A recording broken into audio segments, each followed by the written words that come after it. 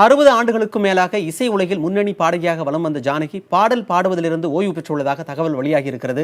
அது குறித்து தற்போது தொலைபேசி இணைப்பில் இணைந்திருக்கும் அவரிடமே பேசலாம். அம்மா வணக்கம். வணக்கம். அம்மா, உங்க குரலுக்கு மயங்காதவங்க யாருமே இல்லை அப்படிங்கறத ஆணித்தரமா சொல்ல முடியும். நீங்கள் செய்த சாதனைகளை பட்டியலிட்டால் இன்று ஒரு நாள் போதாது. அப்படி இருக்கிற பட்சத்தில் நீங்கள் பாடல் பாடுவதிலிருந்து ஓய்வு பெற்று இருக்கிறீர்கள் என்கிற ஒரு தகவல் வந்திருக்கிறது. இந்த செய்தி உண்மையா? நானு 4 மாசம் முன்னாடியே நான் பாட வேண்டாம்னு நிறுத்திட்டேன். ஒரு மலையாளம் படம் பாடினேன்.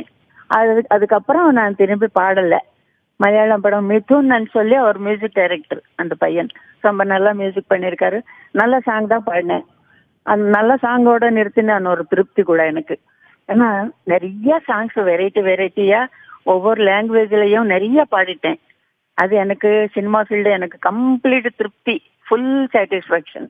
இனி போறோம், வயசாகி போச்சு இல்ல, இப்போவே 78 வயசு. இப்போ இனிமே நானே பாடிட்டே இருந்த மற்ற பசங்க எல்லாம் பாட வேண்டாமா? இப்போ நீங்க இப்போ ஒரு பாட்டு எனக்கு ஒரு மியூசிக் டைரக்டர் கொடுத்தா நான் பாட வேண்டான்னு நான் பாடாம இருந்தா அந்த பாட்டு இன்னொரு பொண்ணு பாடினப்போ எனக்கு எவ்வளவு சந்தோஷமா இருக்கும். அந்த பொண்ணு சந்தோஷப்படுவா, நானும் சந்தோஷப்படுறேன். நீங்க என்ன காரணம் சொன்னாலும் கூட ஜானகி அம்மாவை பாடுறதை நிறுத்திட்டாங்க அப்படிங்கறத எங்களால ஏத்துக்கவே முடியல. அது மட்டும் இல்லாம இசையை நேசிக்கிறவங்களுக்கு மொழி எந்தவித பாரபட்சமும் கிடையாது. எல்லா மொழியிலையும் இசையை நம்ம நேசிக்க தான் செய்யறோம். ஆனாலும் தமிழ்ல மீண்டும் ஒரு பாடல் பாடணும் அப்படிங்கிற கோரிக்கை ஒட்டுமொத்த மக்களின் சார்பா வச்ச இனிமே வேண்டாம். கடைசியில தமிழ் சாங் பாடினது அந்த படம். அது என்ன பாட்டு? தந்தையும் நீயே தாயாரும் நீயே. தாயும் நீயே தந்தையும். அந்த படம். அது என்ன படம்? அந்த படம் பாடினேன். தாயும் நீயே தந்தையும் நீயே அந்த பாடல். தந்தையும் இல்ல தாயாரும் இல்ல அந்த பாட்டு தமிழ்ல. அந்த பாட்டு தமிழ்ல யாருன்னா நம்ம தேவா மியூசிக் டைரக்டர் இருக்காருல்ல, தேவாவுடைய மகன் ஸ்ரீகாந்த் தேவா மியூசிக் பண்ணது. அந்த படத்துல ஒரு பாட்டு பாடிருக்கீங்க. அந்த படத்துல பாடினேன். அது நல்ல பாட்டு தான். தமிழ்ல அதுதான் கடைசி பாட்டு.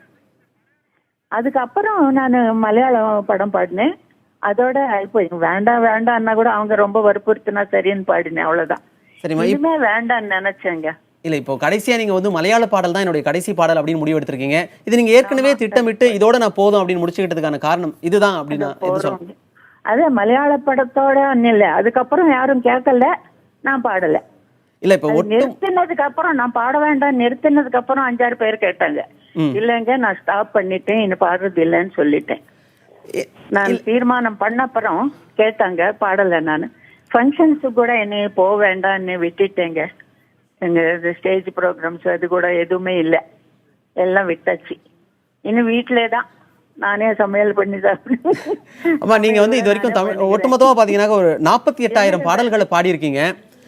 அதுல எந்த பாட்டை வேணாலும் எப்போ வேணாலும் எடுத்து நம்ம கேட்டுக்கலாம். ஆனா உங்க மனசுக்குள்ள இந்த பாட்டு எப்பவுமே எனக்கு ஓடிக்கிட்டே இருக்கும் அப்படின்னு சொல்ற மாதிரி எந்த பாட்டு? எனக்கு அப்படி எல்லா சாங் என்னங்க, ஒரு மியூசிக் டைரக்டர் ஆனா ஒரு பாட்டானா சொல்லலாம். இத்தனை பாட்டுல எத்தனை எனக்கு பிடிச்ச சாங்ஸ் எல்லாமே நல்லா இருக்கு. எல்லா மியூசிக் டைரக்டர்ஸும் பிரமாதமா பண்ணிருக்காங்க. எல்லா லாங்குவேஜ்லயும் பியூட்டிஃபுல் சாங்ஸ் பாடிருக்கேன். நான் என்னன்னு சொல்றது சொல்லுங்க. 10 குழந்தைங்கள்ல ஏது இஷ்டம்னா ஒரு குழந்தை இஷ்டம்னு சொல்ல முடியாதுல்ல. அதே மாதிரி கேட்டு நான் பாடலைன்னாலும் என் சாங்ஸ் கேட்டுட்டே தான் இருக்காங்க என் ஃபேன்ஸ் எல்லாரும். இல்லம்மா, இப்போ என்னன்னா ஒரு செய்தியாளனா இல்லாம ஒட்டுமொத்த மக்களின், தமிழக மக்களின் சார்பா எங்களுக்காக ஒரு பாட்டு நீங்க பாடணும் அப்படின்னா நீங்க ஒரு பாட்டு பாட முடியுமா? விட்டப்புறம் திரும்பி நான் வேண்டான்னு நிறுத்தின அப்புறம் என்ன பாடலாமா? கடவுள் இத்தனை நாள் பாடுன்னு ஆனதி பண்ணி எனக்கு ஆர்டர் பண்ணியாச்சு. அத்தனை நாள் பாடினேன். இப்போ வேண்டான்னு சொன்னாரு, விட்டுட்டேன். இல்ல, கடவுளே வேண்டான்னு சொல்லாச்சு. இல்ல, இப்போ அடுத்ததா இப்போ பாத்தீங்கன்னா ஏராளமான கடவுளின் ஆணையை மீறலாமா? நீங்க சொல்லுங்க. கடவுள் ஆணை மீறலாமா? கடவுளோட ஆணையை மீறக்கூடாது அப்படிங்கிற அந்த கருத்துக்குள்ளே போக வேண்டாம். ஆனா அன்புக்காக நீங்க இதை செய்யலாமோ அப்படின்னு ஒரு எண்ணம் எங்களுக்குள்ள தோணுது. அதனால அன்புக்காக சில வரிகள். எப்போ நான் ரெக்கார்டிங் எல்லாம் விட்டுட்டேங்க. அந்த ரெக்கார்டிங் பாடுறது இல்ல இப்போ. சரி சரி சரிம்மா. இப்ப பாட சொல்றீங்களா? ஆமா, இப்போ ஆமா, இப்போ எங்களுக்காக, இப்ப நேரலையை பார்த்துட்டு இருக்கிற தமிழக மக்களுக்காக நீங்க பாடுற அந்த 2 வரி.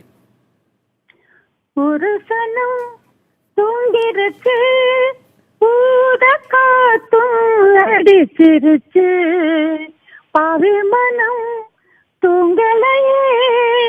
அதுவும் ஏனோ புரியலையே,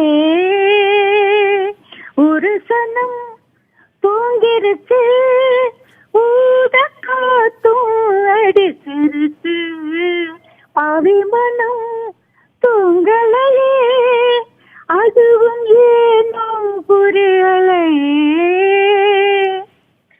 வருமா?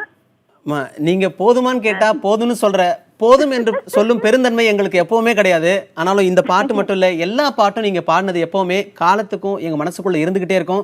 நாங்க கேட்டதுனால இந்த செய்தியாளனா இல்லாம ஒட்டுமொத்த தமிழக மக்களுக்காகவும் நீங்க பாடம் தான் நாங்க எடுத்துக்கிறோம். இணைப்பில் வந்தமைக்கு மிக்க நன்றிமா. தேங்க்யூ, ரொம்ப தேங்க்ஸ். தேங்க்யூ.